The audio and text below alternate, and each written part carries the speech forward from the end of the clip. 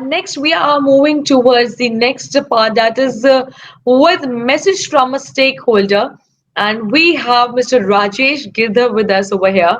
Mr. Rajesh Kumar Girdhar is currently working with Abbott Nutrition as head of India R&D, where he is India lead for new product introduction and developing innovation pipeline.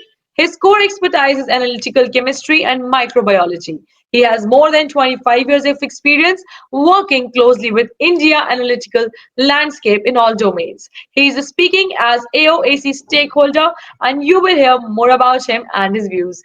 Can we please have the AV? Hello everyone, it's great to be on this platform. My name is Rajesh Girdhar. I feel highly honored and obliged to talk to you as a stakeholder representing industry. Let me first quickly introduce myself. I work with Abbott Nutrition as head of India R&D. Total experience of 28 years in this sector. Previously worked for PepsiCo, Nestle and bioMérieux. And by training, I'm a microbiologist. I did my 5-year degree in microbiology from Honors School, Punjab University. I'm very proudly affiliated with the NABL as a lead assessor for last 15 years or so. And equally proud to say that I'm associated with the India section of AOAC International since its creation in 2011. So you see here AOAC India journey. The chapter was formed in 2011. The first meeting happened in 2012. It was in Mumbai. And I recall there was only one international delegate present in this meeting. And he was Mr. Wayne Wargo from Abbott itself. Yeah, he was representing AOAC International.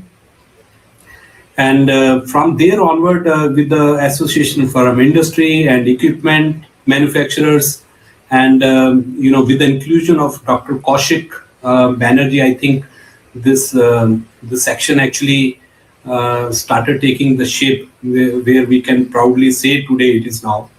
Lot of support came from CROs, universities, and the regulators side was big support from FSSAI, EIC, and lot many people in the list. Actually, it's a long list. They came into picture. Industry was very supportive, and a lot of associations actually came into support of AOAC India chapter. And the strategical move set up by Dr. Kaushik, Dr. Ranjan Mitra, and Srinivas. Now we can certainly say that this chapter is in towards excellence at this stage.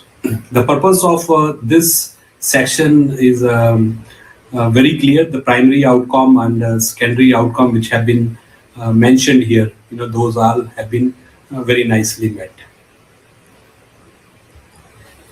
So how this chapter is performing at international platform, that is very interesting to know. I have been witness to the recognition India section is getting at annual meetings of AOAC International. At least for 5 years, I've seen the way India section is now being recognized, the way it is being benchmarked and being appreciated. Certainly my colleagues from other industries, they will agree that India section is considered to be the most mature section, when we benchmark against other section, at least ex-US sections. This is one of the best recognized section. Just some pictures here at the bottom. You can see the section meetings picture where all the sections were present. They share the learnings. So this meeting picture from Dallas, then annual meeting Toronto, and the last one is on closing reception at Atlanta. You can see there is a band on the back, and the people probably they're dancing. So this was the last face-to-face meeting, Atlanta, Colorado. Which was in 2019. So what is AOAC's approach towards the stakeholders? So AOAC has laid a certain set of values which they always try to abide by. So those 5 values are listed here: purposeful, relevant, open and honest, inclusive, responsive. So, as an industry stakeholder working closely with the India section for last 9 or 10 years, I can I can clearly endorse that India section has not only inculcated these values, but has really demonstrated, at all points of, time, without fail. So that's great to be, seeing that values actually are, executed flawless in India section. So what, as a stakeholder, as industry stakeholder, what are my expectations from AUS India that I also like to mention here? So there are three key expectations. The first one is the method development. Of course, that is a core activity. So how a new method is adopted, as such from international methodology, how we can um, actually get into the local system, and if there is a need to tweak it a bit, so how we can do a little more verification or validation to make it robust for local needs. that part that part is being really addressed well. The second expectation is the capacity building. It's more of a strategic in nature, where I believe there's a lot of support USC India is getting from FSSAI, and also equipment manufacturers, the industry stakeholders are really putting all their efforts to create a talent pool, in the fields of chemistry and microbiology. The third one is, which I personally feel is a, very important, scientific leadership. It's a vision, it's visionary type of expectation, where I feel, and I know everyone will also agree to that in India we have a lot of scientific talent pool. India being little diverse, we need to identify those talents, bring them to AUC India platforms, align them with what we really look forward to, and ultimately those talents will be contributing to the global initiatives and bring a name to India. That is what I expect. It will take some time, I know, but yeah, certainly in coming years, this will be a good focus area. Should be a good focus area. So this is one example. This is a case study, how an international method can be adopted, should be adopted, and how this practice is actually being implemented. So we did a single laboratory validation with AOSC 201506 method.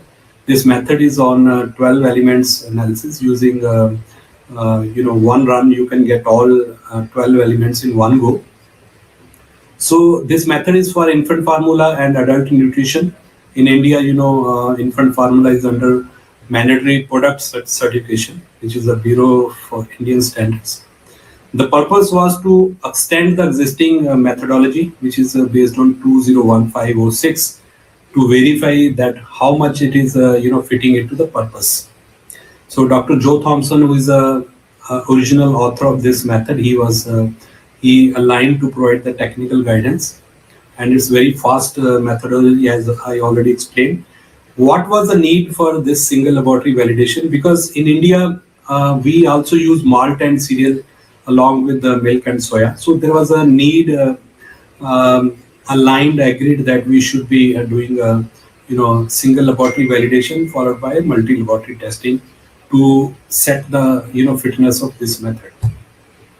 So what we did, we worked with the third party laboratory in Hyderabad under continuous guidance from AUSC and also from a method expert, Dr. Joe Thompson, and with a good intervention, 3 to 6 months it takes to set up the method and do the validation work.